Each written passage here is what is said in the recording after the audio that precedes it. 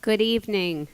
I am Allie Rosenberg, along with my co-chair Stacy Science, the co-presidents of the Enough Club, Eva Millerman and Jared Science, the Enough Club advisor, Helen Harrison, the Seven Bridges Enough Junior Club advisor, Lori Lichtenstein, and the Bell Enough Junior Club advisors, Mariano Piccirillo and Gretchen Trippett. We welcome you and thank you for joining us for tonight's 7th Annual International Holocaust Remembrance Day program. We would like to acknowledge the presence of our elected officials who have joined us this evening and continue to support our important work. Westchester County Legislator and Chairman Vedat Gashi,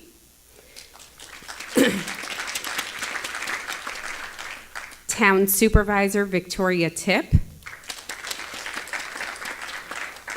Town Council members Jen Klein and Ali Chemtab, and Chappaqua Central School District Board of Ed member Kaylee Wong. Congressman Mike Lawler, who couldn't be with us this evening, has issued a very special proclamation that we would like to read now.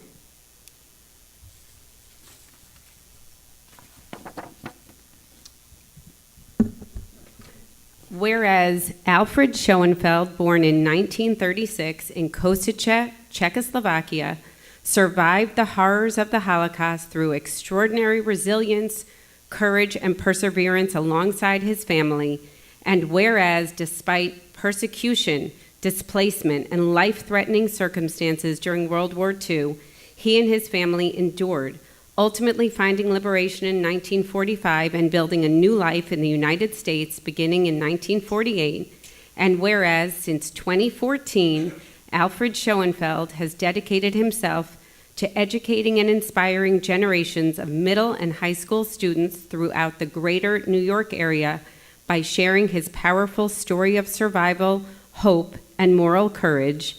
Now, therefore, I, Congressman Mike Lawler of New York's 17th Congressional District, do hereby proudly recognize Alfred Schoenfeld for his resilience, his survival of the Holocaust, and his dedication to educating students by sharing his powerful story of survival and hope.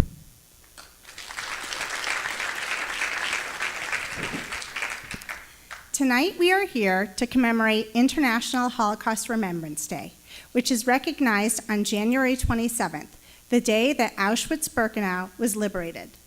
Auschwitz-Birkenau was the largest death camp of the over 44,000 camps established by the Nazis. Of the 6 million Jews and 5 million others who were murdered during the Holocaust, over 1 million Jews were murdered at Auschwitz-Birkenau. Survival for Jews during this time was almost impossible. Some were able to miraculously survive by hiding, and one of those individuals is tonight's keynote speaker. We are lucky to have Holocaust survivor Alfred Fred Schoenfeld with us this evening. When he shares his story tonight, please listen and remember what he says so that you can remind future generations that the Holocaust happened to men, women, and children with personalities and stories, not to abstract numbers. As the great-grandson of an Auschwitz survivor, I remember all the personal stories my great-grandfather used to share with me. Through my great-grandfather, I learned the Holocaust is not just a story about hate, it is also about resilience, humanity, and kindness. As we listen to Fred's story this evening, we will be reminded that even in darkness, hope can prevail.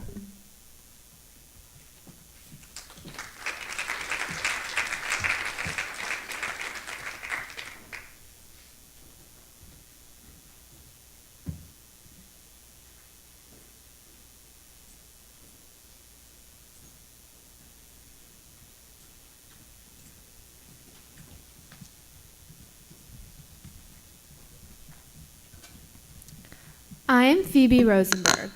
Along with Hannah Fishman, Eve Wolfberg, and Talia Goldner, we are members of the Enough Club. As Anne Frank said, where there is hope, there is light. It fills us with fresh courage and makes us strong again. At the beginning of January, approximately 50 students from the Enough and the Enough Junior Clubs went on a field trip to see Anne Frank, the exhibition in New York City. The day was so powerful as we walked through a full-scale recreation of the complete annex furnished as it would have been when Anne and her family were in hiding.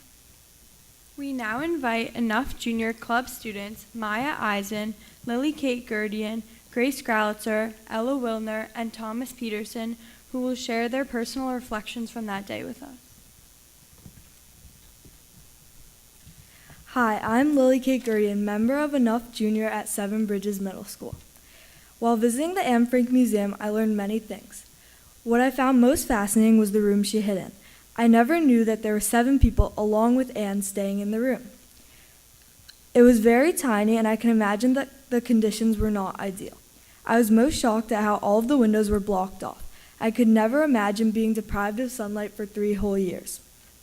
Overall, I enjoyed the experience very much, but feel disgusted by the actions taken towards the Jews. It is hard to believe that people could be so cruel. My name is Maya Eisen, and I am a part of Enough Junior. What I learned from going to the Anne Frank Museum was that Hitler didn't have any of the death camps in Germany because he didn't want Germany to be associated with killing. This makes me angry because Hitler did terrible things to Jewish people and didn't take any of the blame. My name is Grace, and I'm a member of Enough Junior at Seven Bridges. While visiting the Anne Frank Museum, I was fascinated by many things. One of the things that was really interesting was that there was a video playing, showing the live footage of Nazi occupation and progression over the years. I was shocked to see the live footage of what they were doing to the Jews, which was extremely horrible. I could never imagine my home being invaded and being scared to walk around in my hometown every day. Overall, the museum showed me the harsh reality of life for the Jews during the Nazi invasion. Hi, I'm Ella Wilner, a member of Enough Junior. While visiting the Anne Frank Museum, I unfortunately learned that Anne's dad was the only survivor. Anne's diary was kept by Miep Geis, a person who helped to hide them. She held on to her diary in hopes of returning it to her. She found Otto Frank, Anne's dad, and returned the diary to him. It was cool to learn how Anne's dad made her diary famous, but I can only imagine how horrible the things she wrote inside of it were. During the exhibition, they gave each person a story, her diary. I hope to read her diary soon. Hi, I'm Thomas Peterson, a member of Enough Junior. I thought it was really interesting and sad to see the real artifacts and replicas. The audio helped me understand what Anne and her family went through. Walking on the map showed how many concentration camps there were, and that was shocking to me. It made me feel sad knowing Anne and her sister died from disease and might have survived if the war had ended sooner. Seeing the real objects from the annex made everything feel more real and meaningful.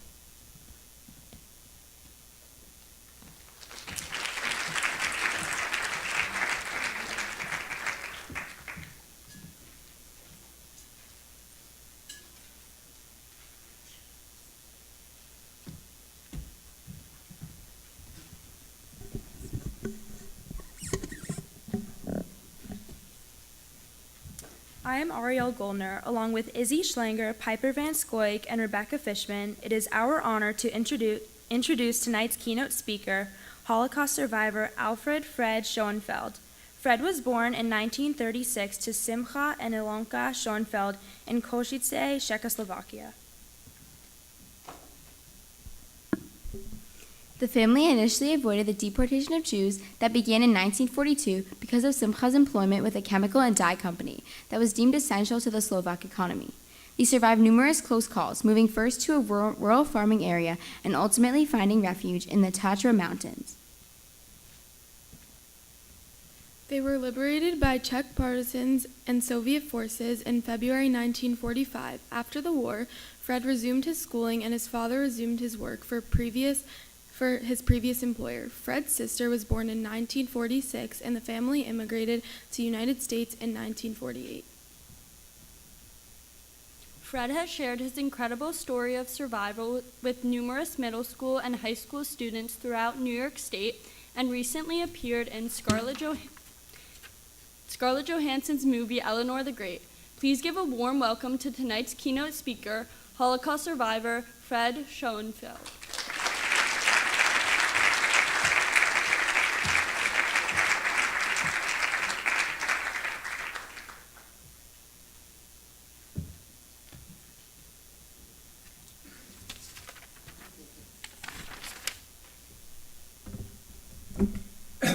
Good evening.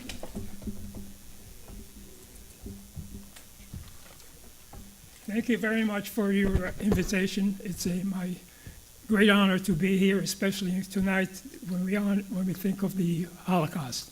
Before I start my story, I'd like to tell you a few things. For many, many years, I never considered myself a Holocaust survivor. In my mind, I thought a Holocaust survivor is somebody who went to concentration camps and survived. When I speak to students, the first thing they want to see my tattoo number, which a Holocaust survivor would get in a concentration camp. I can't give it to them.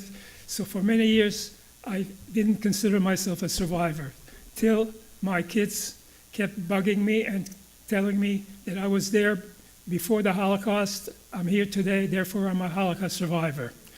And when, in a few years recently, all the Holocaust deniers would come up and write books and had films about the Holocaust survivor being not a reality, I decided to come out and talk and tell my story.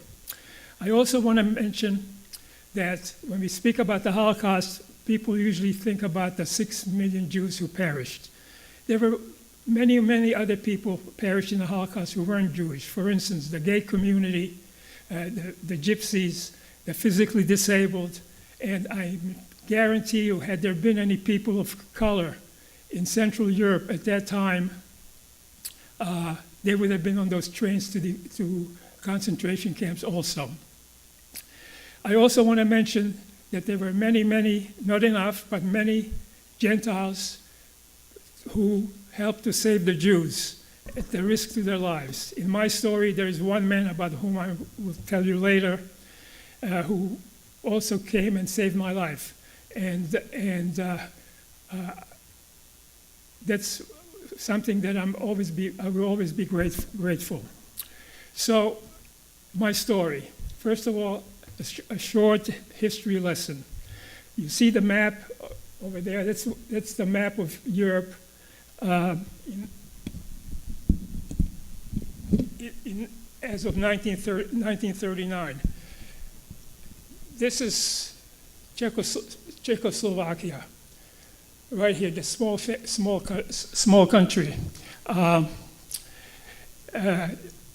All these countries were formed right after the World War I was over.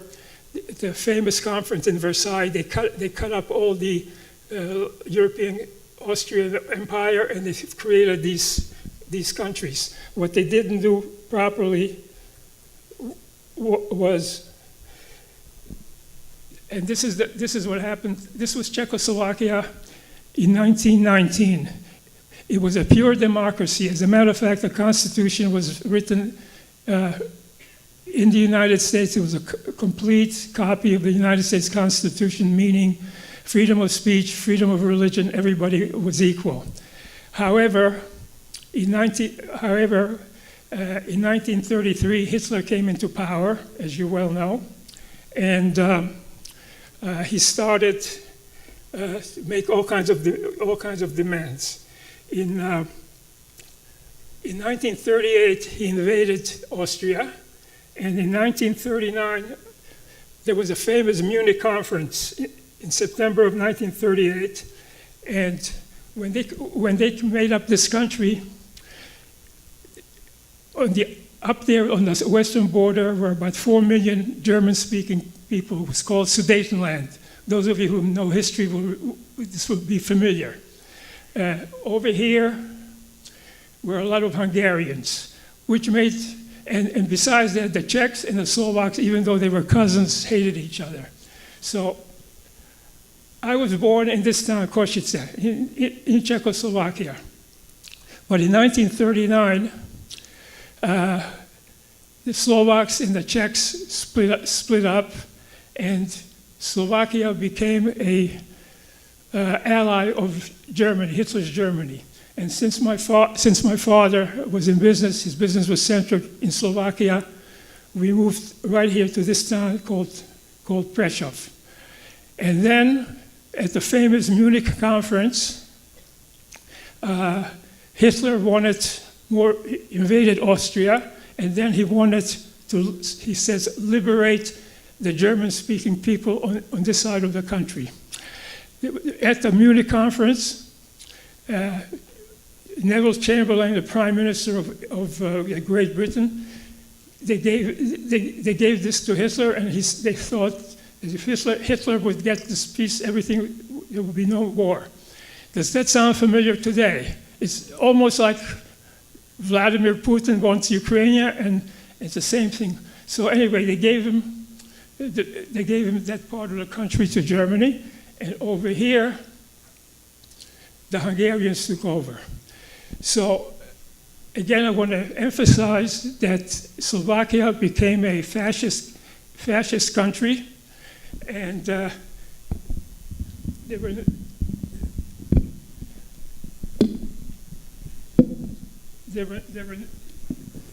no Germans around. It became so right after that, in 1941, the Slovakian government came out with the anti-Jewish codes, which meant Jews were stripped of their rights, stripped of their assets, and trouble was starting, all kinds of regulations. So as a kid, I was 6 years old. What do I remember about that? I can remember that on Sunday mornings, my father used to take me to the movies. All of a sudden, a big sign, no Jews allowed. We couldn't go to the swimming pool, no Jews allowed. The only place that we could play was in the big courtyard in our synagogue. However, to get to the synagogue wasn't so easy, because if you walked out on the street, you were usually met by a bunch of kids twice your age who would beat you up.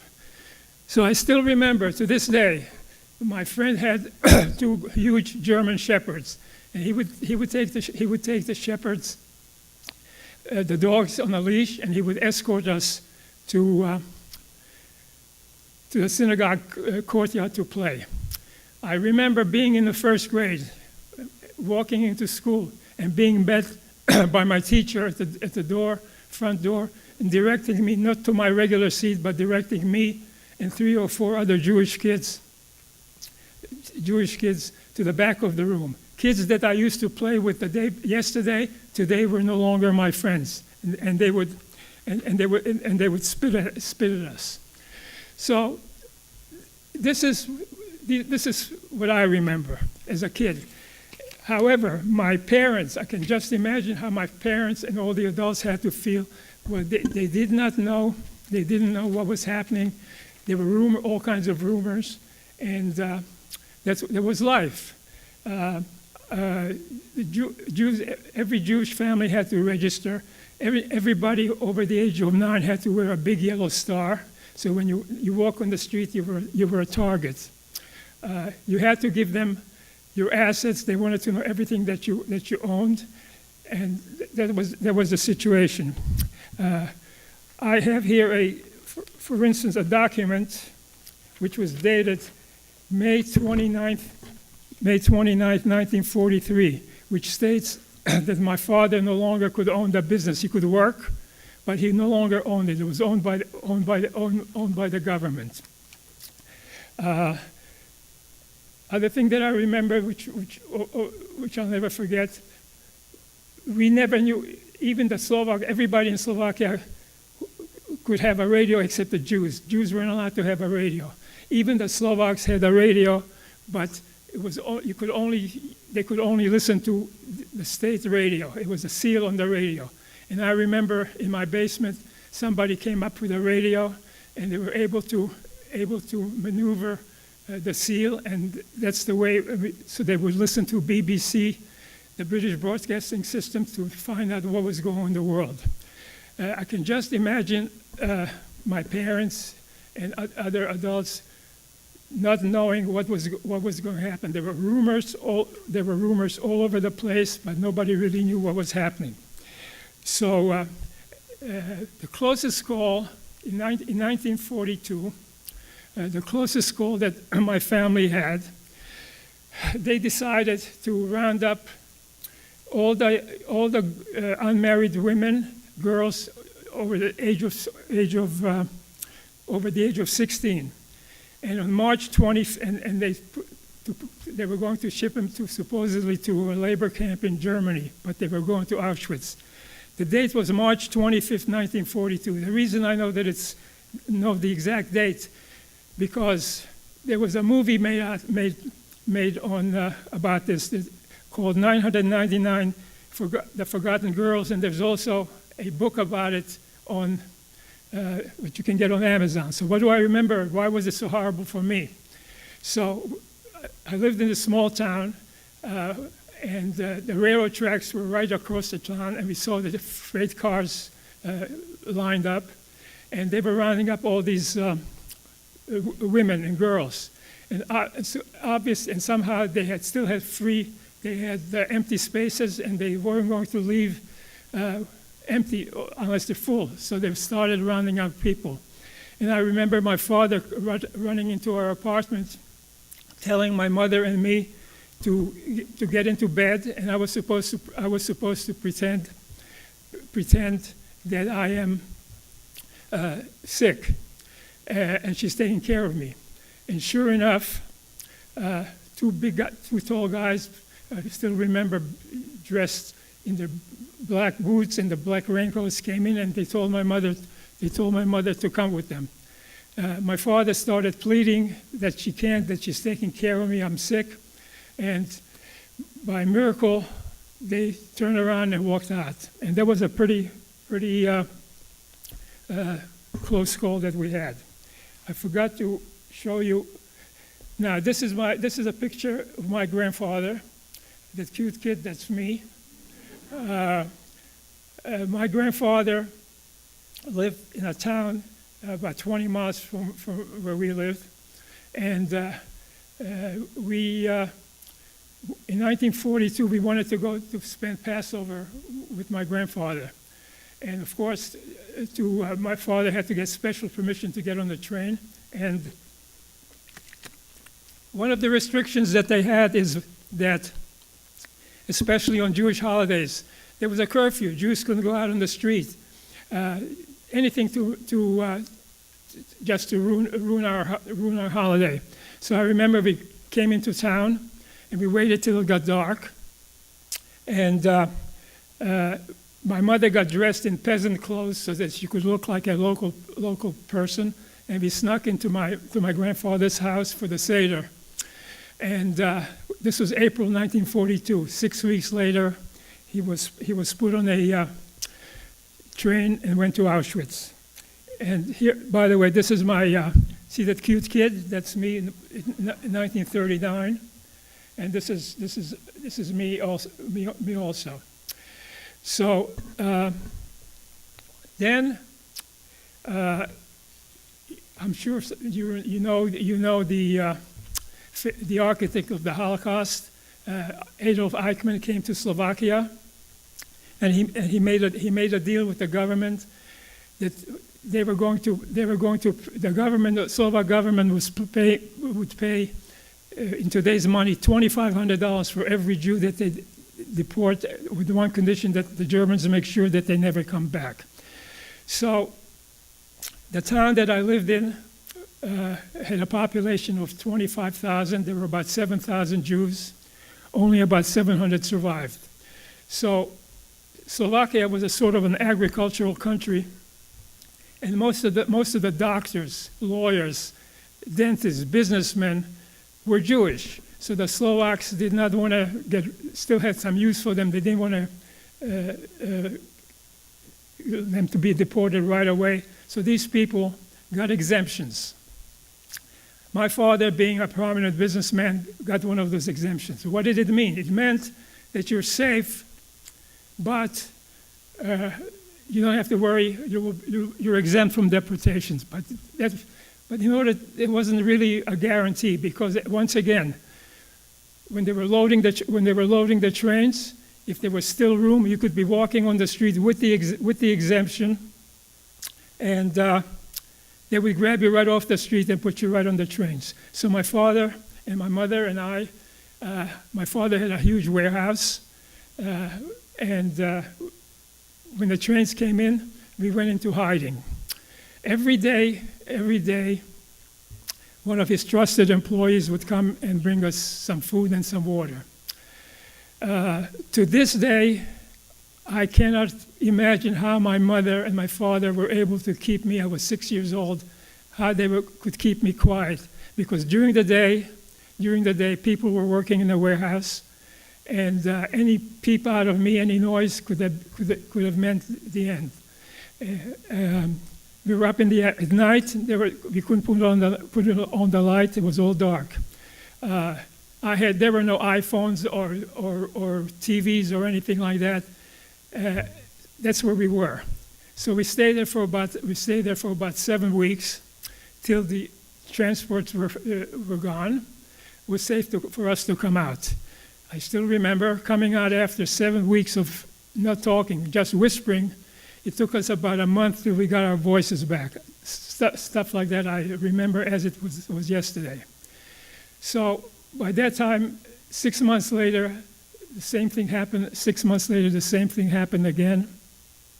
And again, we had to go back into hiding in the attic, and we stayed there also about 7 or 8 weeks. By the time after that time, they were basically finished. Most of the Jews from the area were already gone.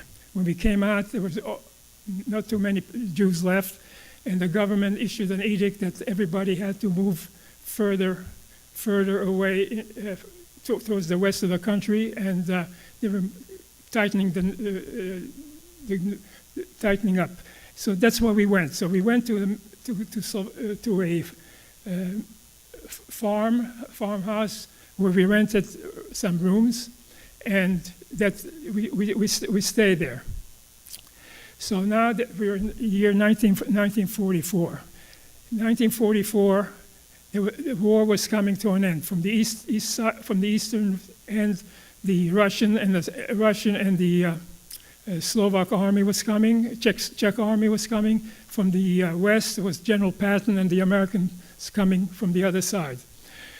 So with that happening, so the Slovak resistance movement came to life, and they started a resistance in the middle of the country, not too far from us, to try to get at the Germans who had come in and try to get the end of the war.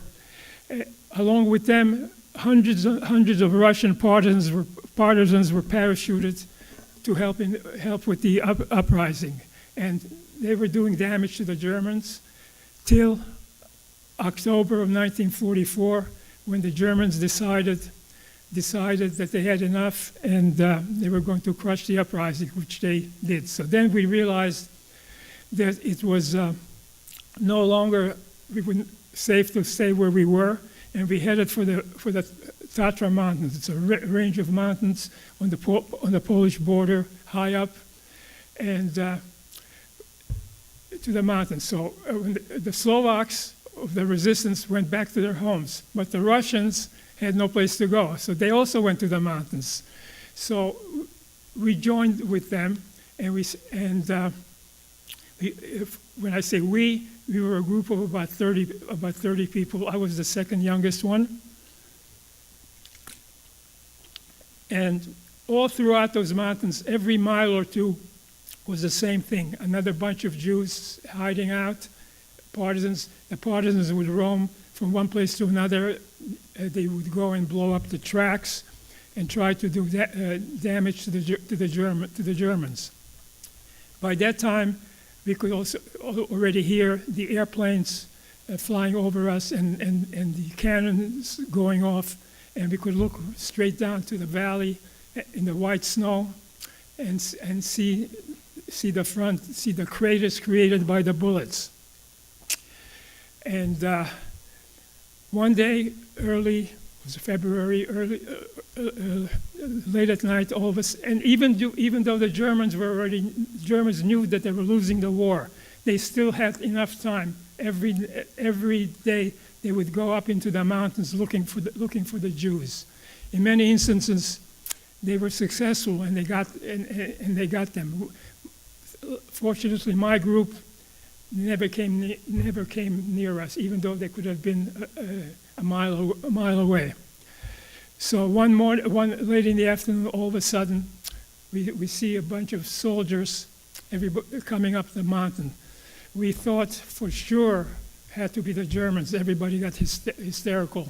However, it wasn't the Germans. It was the Russian army together with the Czech Free Army coming up the mountains.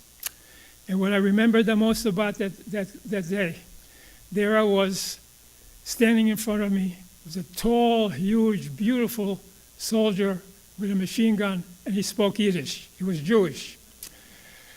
You can imagine how he felt. So many, in the Czech army, there were many Jewish soldiers who had, prior to the war, who have escaped to the west, and then they joined the Free Czech army. So what they told us was that they were going to try to get at the Germans. The Germans were dug in below us, and they were going to attack them from the rear, and to get them out of there. And they said to stand, just to stay still, and they would be back. It would take them about 2 or 3 days, and that they would come back and get us. I still remember them leaving. One soldier gave me a huge loaf of bread, which I right away hid because I thought it would last me for the next week. But it didn't happen that way, because early next morning we woke up to tremendous artillery fire, guns blazing all over the place. The soldiers were back, and they came back and they told us that the Germans were dug in very deep. It might take weeks before there would be any movement, and they told us that they would take us back to safety. So I remember it was early in the morning, big snow. They lined us up in one line. As I said, we were about 30 of us. I was the second youngest. They told us we had to have a space between us, and they told us that whenever we would hear a whistling sound, we had to hit the ground, because those were the bullets flying over our heads. Because we actually, what we had to do, we had to cross the frontier, the line. And so we started out early in the morning. I still remember it was going very slow. And I remember every once in a while we would run into a dead body. And I still remember on some of them the bright red blood on the white snow. And slowly we made our way. And by the time night came, we crossed the line, and we were free, actually free, February 1945. We stayed with the army that night, and the next morning, we got a ride with the army to go back to our town. So what happened when we came back to our town?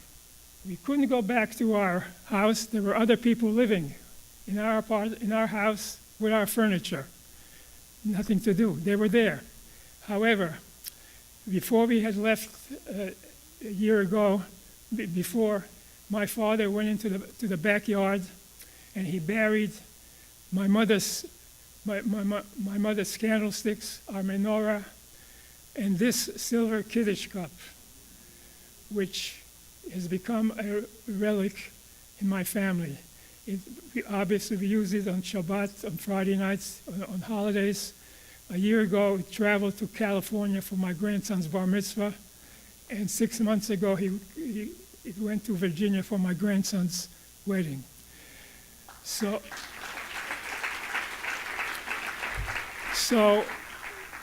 there we were. We were back in our hometown. Scattering of Jews made their way back. I remember every afternoon going to the town square, and where the army trucks would be coming in, bringing back Holocaust survivors, some of them still in their striped uniforms. I remember some happy reunions, and unfortunately many people who were very, very disappointed. So the war was almost all over. People were coming in. As I said before, in this town, out of the 7,000 Jews, about 700 survived. But they were broken families. Either the kids were gone or the parents were gone. In many instances, there were many teenagers who lost their parents, and by that time, help was coming. And at that time there was no Israel yet, but they sent in people from Palestine to help with these young people who they were getting them ready to come to Palestine, to Israel. So everybody was trying to get their life together. I remember, I know that every Jewish woman was pregnant, including my mother. My sister was born in 1946, and everybody was trying to get their life together. My father had two brothers and a sister living in the States, and they got in touch with us, and they said they were sending papers for us to come to the States. My father refused. He said, "Why should I go?" 6 weeks after the war, he was back in business. Czechoslovakia was again united. It was going to be a democracy. Everybody thought everything was going to be okay. But luckily, they insisted, and he did file the papers. So, as I said, everybody tried to get their lives together. Young people were getting ready to hopefully go to Israel. And life was sort of normal. There was no problems.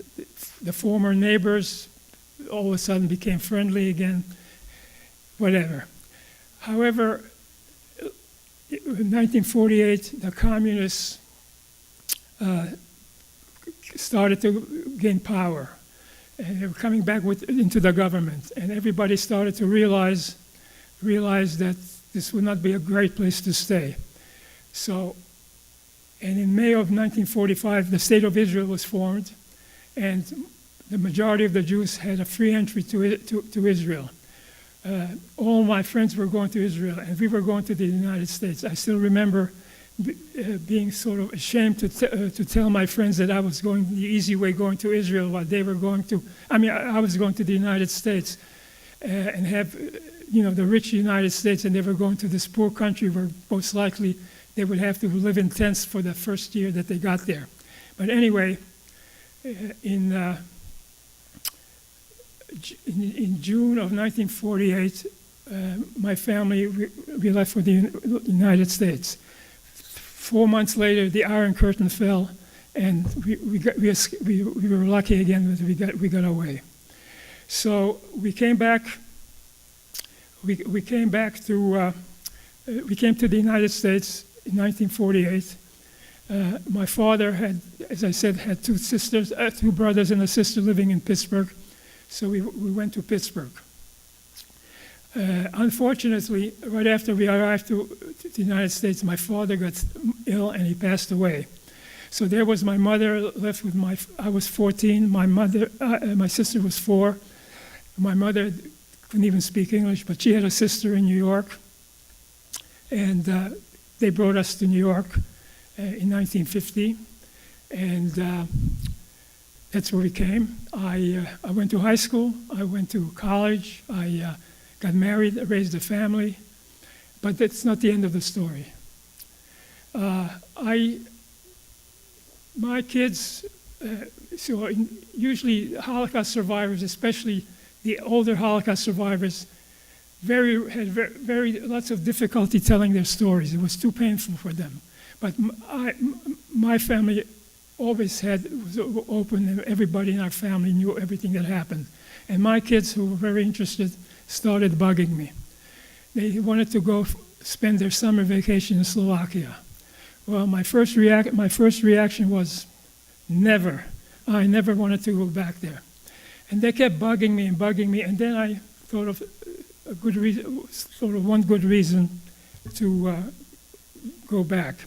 Remember, I told you about the one man who used to bring us food and water to the warehouse. This was, by the way, this was 1998, exactly 50 years after I left. Now, I knew that he no longer was alive. However, he had a family. He had kids and grandchildren, I was sure. And I wanted to go back to find him and tell them that what the grandfather did for me and my family. I also wanted to, those of you who've been to Israel or know about the Holocaust Museum in Jerusalem, up on the hill, when you climb up to the hill towards the museum, it's surrounded by hundreds of trees. Every tree has a plaque, and it's dedicated to the righteous Gentile who saved Jews. I wanted to do the same thing for this man. So I called City Hall, and I said, I asked for some information about this man. The first question that they asked me, they wanted to know if I was related to him. I said no. Well, therefore, we can only give information to relatives. The reason for that being is many survivors used to come back and try to get their property back, and this way they cut you off before you had a chance. So I never got the wish to honor this person who saved my life. However, in my date book, which I carry with me every day of my life, I have his name written here, Ivan Sigan, and I keep him close to my heart because this is the man who saved my life. Without him, there was a very good chance that I would not be standing here. So we made our way to Slovakia. My kids wanted to spend a week, 10 days. I figured it out. I told them, I'll give you 4 days to take you around. That's all I gave you, 4 days. So there we were. We rented a car. In those days, there were no iPhones. My kids had these video cameras. They're walking around. Everybody knew that the Americans were here. I could spend an hour telling you about my trip to Slovakia. I'm only going to mention 3 things. The first day, we made a stop in the house where I lived. Kids were taking movies. A guy comes out, and he says, "What are you doing here?" I said, I looked him straight in the eye. I told him, I lived in this house 50 years ago. Obviously, it was somebody else, but he figured it out who I was. When I told him that I lived there 50 years ago, he gave me a dirty look, and he said, "Well, tell them to take their pictures." He used a few adjectives, which I wouldn't repeat here, and he said, "Get the hell out of here." That was my first welcome. The second thing that I want to tell you about, we went to my grandfather's town.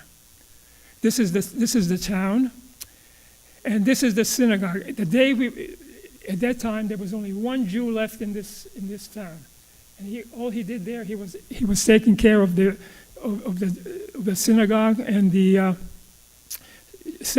cemetery. This is the inside of the synagogue.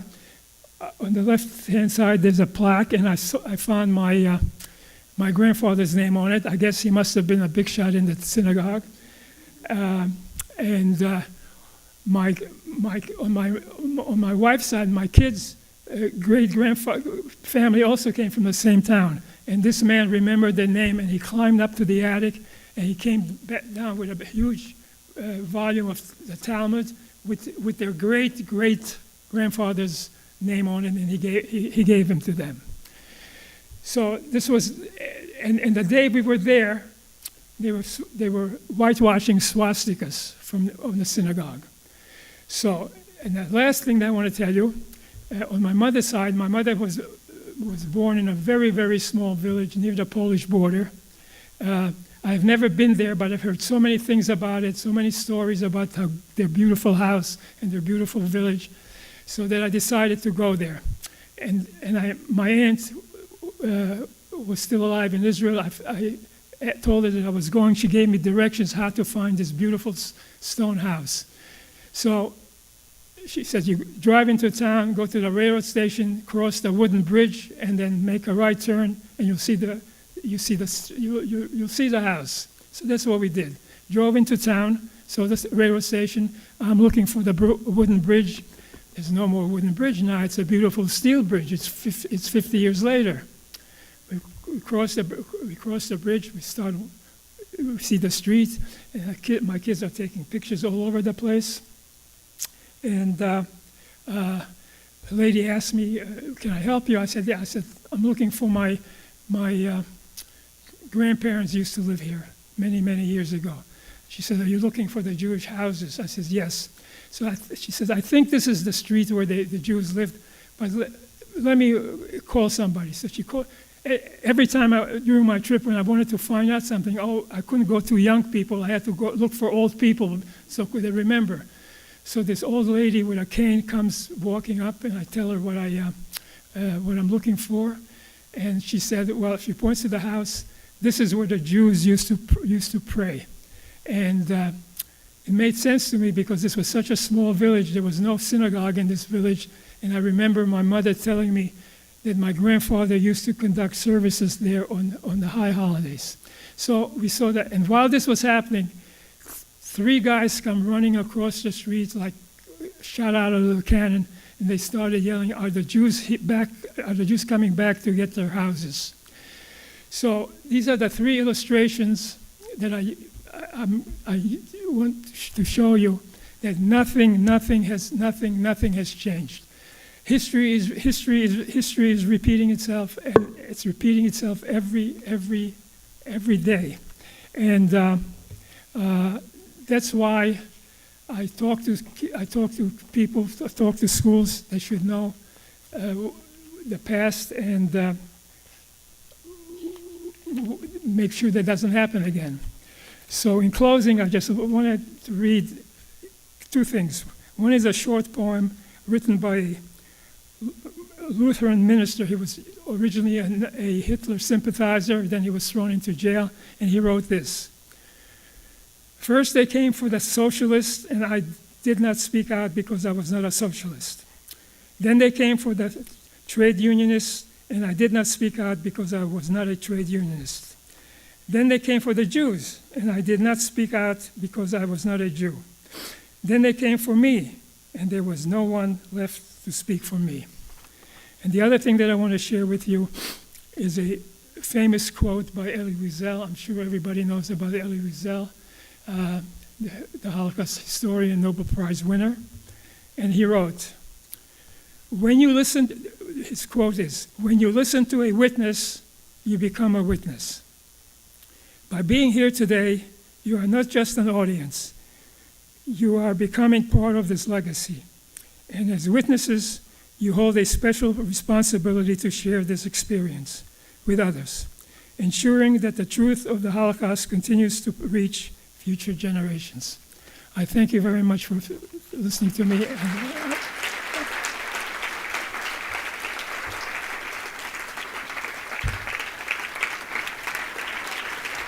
Thank you. Thank you. I'll answer questions.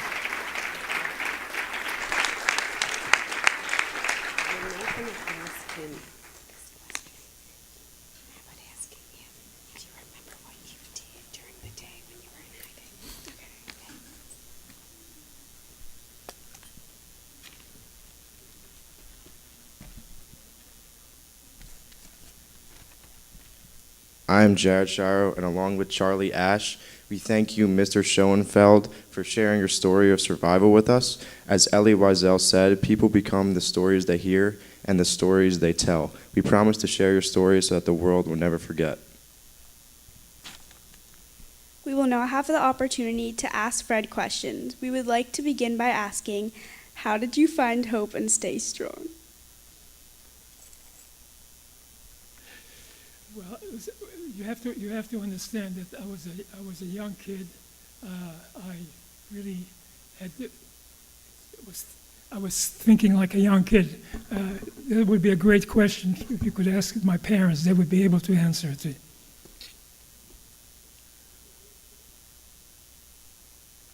Does anyone have any questions?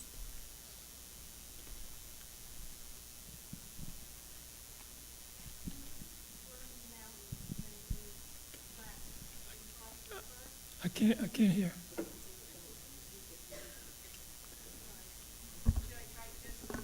No.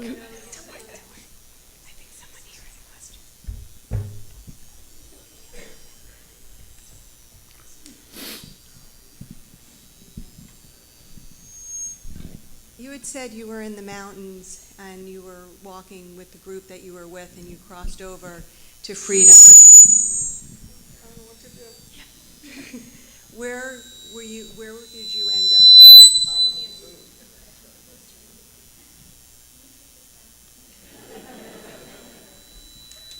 Where did we end up? Well, in Slovakia, just a few miles where it was liberated already. You know, we just walked. You know, it was in Slovakia. Yeah, the liberated part on the Russian side of the war.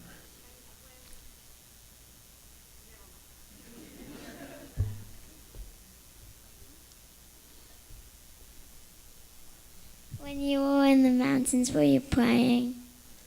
Was I playing? Praying?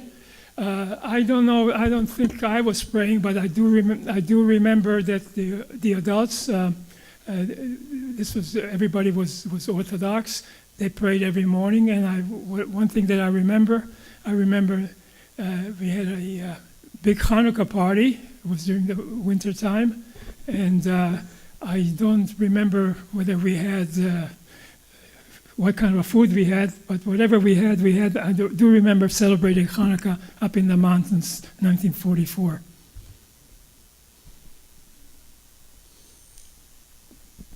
I know you said you had no iPhones and social media. Do you remember when you were hiding in the warehouse for the 7 weeks, what you did during the day? I really can't remember. What I do remember is that at night when my mother was trying to get me to go to sleep, she used to tell me stories. And most of the stories that she used to tell me that time was about the farm that I just told you that I went to visit, about the chickens and the roosters and everything that they had over there. That I remember every night she would tell me stories, get me to sleep. When you got to the United States, not speaking English, I presume, and what was the reception in the States like? Did you feel warmly received, or did you feel part of a limited community? I'm interested in what experience our country offered. Well, I'll tell you about my trip to the United States. We came, as I said, I guess we must have been rich because we came under Queen Elizabeth, and I remember my father bought me a Slovak English dictionary, and what do you think the first words that I was looking for? You'll never guess, so I'll tell you. The first English word that I was looking for was ice cream, because I was able to tell the waiter. So yes, I came to Pittsburgh, and at the beginning, obviously I didn't speak English, and at the beginning, kids weren't too friendly. I was 12, but I started school in Pittsburgh at that time in 1948 and 49. There were immigrants were coming every day from all over the world, and there was a school that specialized for immigrants. So we were all together, and those were my first friends. And as soon as I learned to speak English, it was much easier.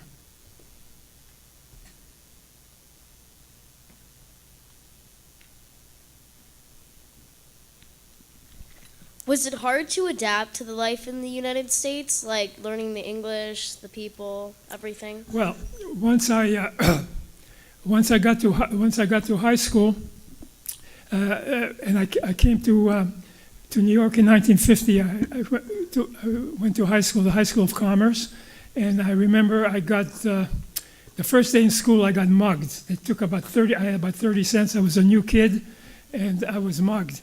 But however, afterwards, I was a soccer player, and as soon as I got on the soccer team, I became one of the boys, and then nobody touched me, and everything was okay.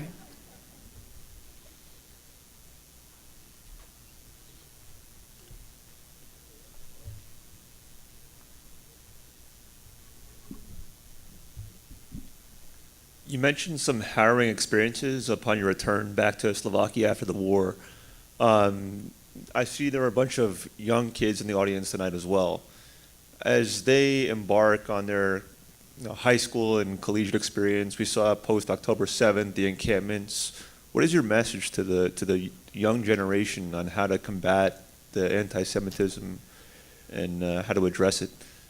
Well, first of all, before for you to be able to fight anti-Semitism, you've got to study the history a little bit. You have to know what it is and how it came, and how evil it is.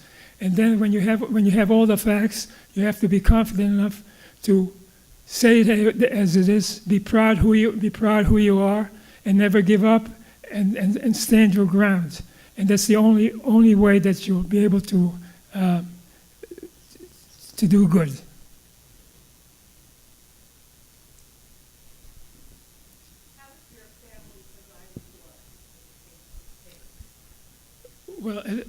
Well, as I said, my father was just ready.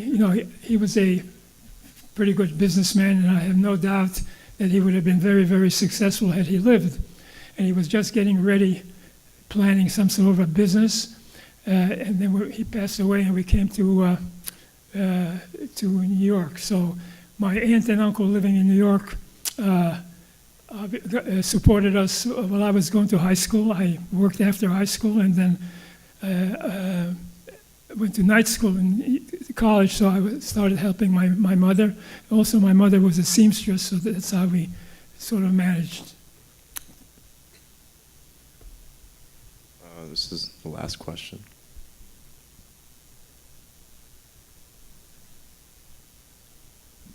When you were hiding, was the only thing you had to eat bread or water?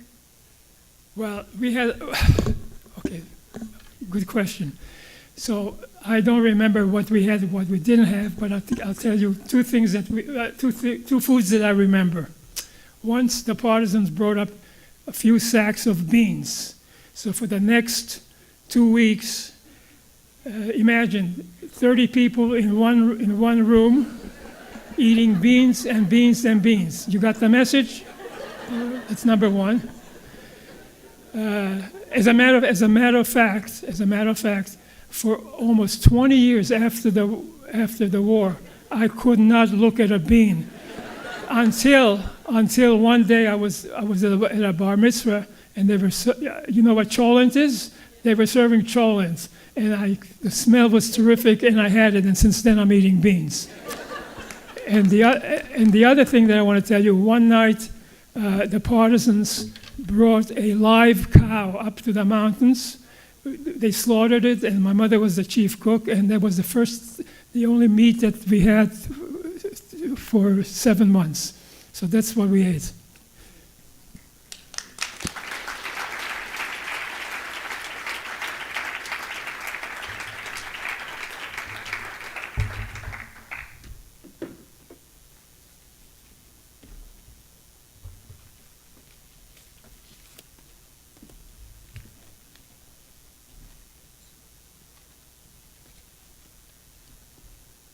I'm Sammy Rose. Along with Ella Goldberg and Leo Levin, we are members of the Enough Club.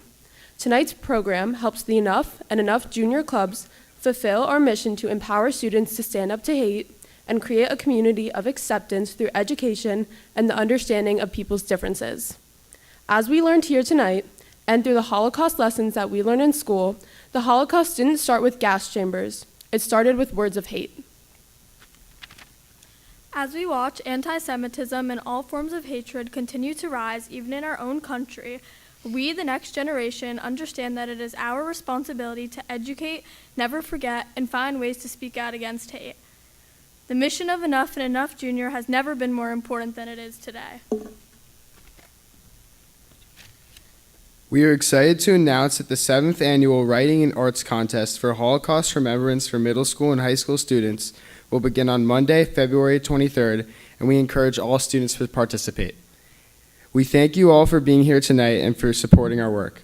It is now my honor to welcome Town Supervisor Victoria Tipp, who will conclude tonight's program.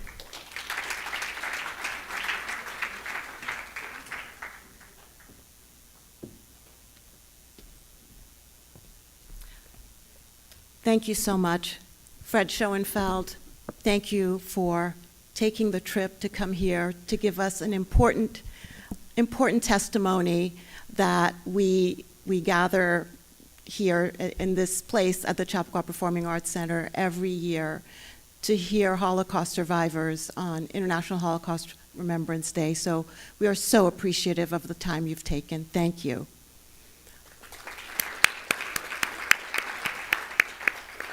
And I want to take a moment to truly thank the Holocaust and Human Rights Committee, co-chairs Stacy Science and Ali Rosenberg. Your work is so tremendous, and it's really worthy of a world-class organization. And it's hard to think that you're a town committee. So I want, and the entire Holocaust and Human Rights Committee are members who are so dedicated. And truly, your work is incredibly impressive, and I want everyone to take the time to recognize them.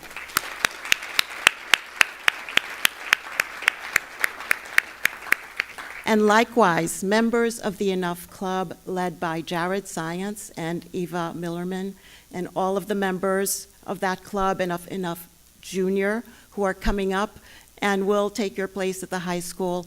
You are tremendous, and what you presented today was very powerful as well, including your reflections on the visit to the Anne Frank House. So thank you for that.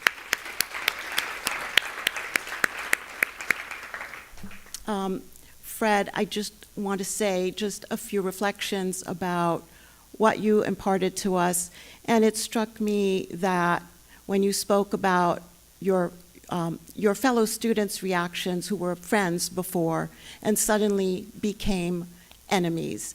And it's acts of hate that in the grand scale may be small, but those small acts of hate, they don't feel small, but they're small, that provide a platform to allow for greater atrocities. So I think it's so important when we notice those small acts of hate to really speak up, because they build, and each of them is important to address. So thank you for that. And it just goes to show that we say never again, but these aren't just words. Never again is really a call to action. So we'll take what we learned here today and put it into action. And thank you for inspiring us so much to continue doing this work. And I want to thank the audience for being part of this. Thank you for coming here tonight. And get home safely. Have a good evening.